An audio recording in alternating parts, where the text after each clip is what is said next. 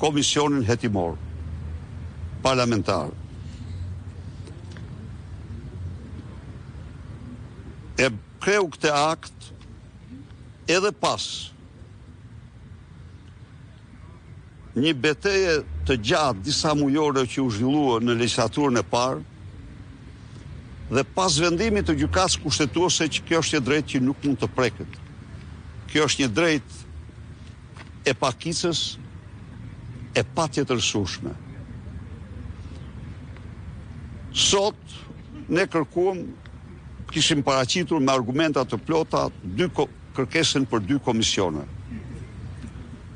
Për skandalin me Gonigal, i cili implikon direkt Edi Ramën me një skandal të madh me ish shefin e kundër zbulimit të FBI-t, i cili përmëtarit e tij vuan 6 vjet e gjysmë burg në Shtetet Bashkuara, por në dosjen me Shqipërinë emri Edi Ramës lakohet dhe figuron në 13 raste ku Edi Rama citohet se i ka dhënë me Gonigalit nëpërmjet oficerit të policisë sekrete $220,000 dhe është korruptuar me Gonigali. Ku Edi Rama citohet se ka diskutuar për reformën e drejtësisë me Gonigalin dhe sa i informonte të tjerë se këtu tash i kemi punë. Ku Edi Rama citohet se ka hequr licencën një kompanie për t'ia dhënë një kompanie tjetër në të cilët ish oficeri i sigurimit kishte interesa të veçanta. Ku Edi Rama citohet se këshilltari i tij Dorian Duchka ishte një agent i paregjistruar kinez i cili jepte të dhëna nga FBI që mirte nga Gonigal transmeton të dhënat tek autoritetet e zbulimit të Kinës. Ku Edi Rama citohet se është implikuar direkt ose ka kontraktuar për hetimin në rastin e Tom Doshit dhe vrasjen e imagjinuar për të akuzuar Ilir Metën, një hetim që është zhvilluar në Vjenë. Pra janë ku Edi Rama, ku zdosja fakton se Edi Rama i kërkoi me Gonigalit, i dha parat për të marrë me opozitën dhe natyrisht për veprime kundër opozitës. Pra janë të gjitha këto dhe se me Gonigal ka qenë njeriu në kryesor dhe ndër të parët që është marrë me hetimin e presidentit Donald Trump në dosjen Steele. Për të gjitha këto çdo vend do të krijonte një komision hetimor mbasi janë aspekte të shumta për të jetuar në vend. Veprimtaria me Gonigalit jo vetëm në Tiranë, veprimtaria me Gonigalit në rrethet tjera, veprimtaria e tij në Dumre, angazhimi i tij në reformën e drejtësisë, angazhimi i tij me bizneset, pra janë një kompleks, janë kompani ruse.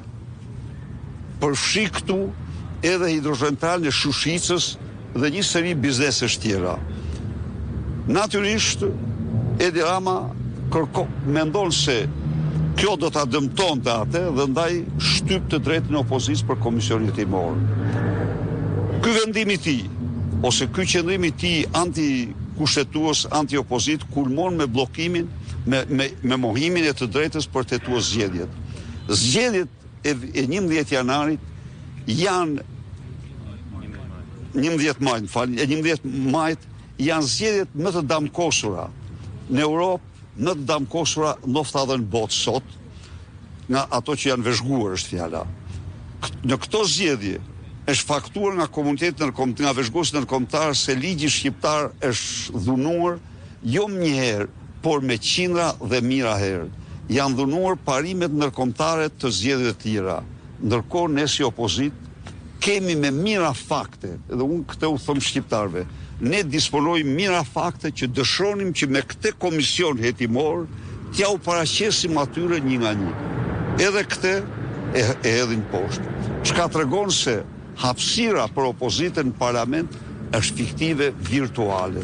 Edhe ne do mblidhemi, do mbledhim forumet tona, do marrim vendime për t'ju përgjigjur këtij dhunimi absolutisht të papranueshëm të drejtave më elementare kushtetuese të një opozite parlamentare. Zoti Berisha, vitin e kaluar u ankot kushtetuesja foli për ligjet për komisionet ndërmore. I hodhej poshtë të gjitha këta. Po çfarë kanë mbetur më, ku mund të ankohet më? Jo, sëra, doan me qytetarët, jam dakord me ty, i ke shumë drejt. I ke shumë drejt. Kushtetuta ka urdhëruar ngritjen e menjëhershme të komisioneve kur ato paraqiten. Nuk njeh gjykata kushtetuese ka qenë sakt, nuk njeh asnjë lloj kufizimi. Kjo është. Dhe pikërisht për këtë dërgimi i saj kushtetues është një gjë që nuk bën sens. Është ezauruar, por qytetarët janë gjithmonë. Nuk ezaurohen kur. Kemi ato skena që kemi parë vitin e kaluar. Se çfarë do kemi, ne jemi një opozitë sot me gjithë përpjekjet tona, ju e shihni. Ne bëjmë përpjekje të normalizohet jeta e parlamentit, por sot ne jemi një opozitë pa të e privuar në mënyrën më banditeske, në mënyrën më të papranueshme nga e drejta themelore kushtetuese e një opozite në parlament, Komisioni Hetimor Parlamentar. Në qoftë se ne nuk kemi të drejtë të mbikëqyri.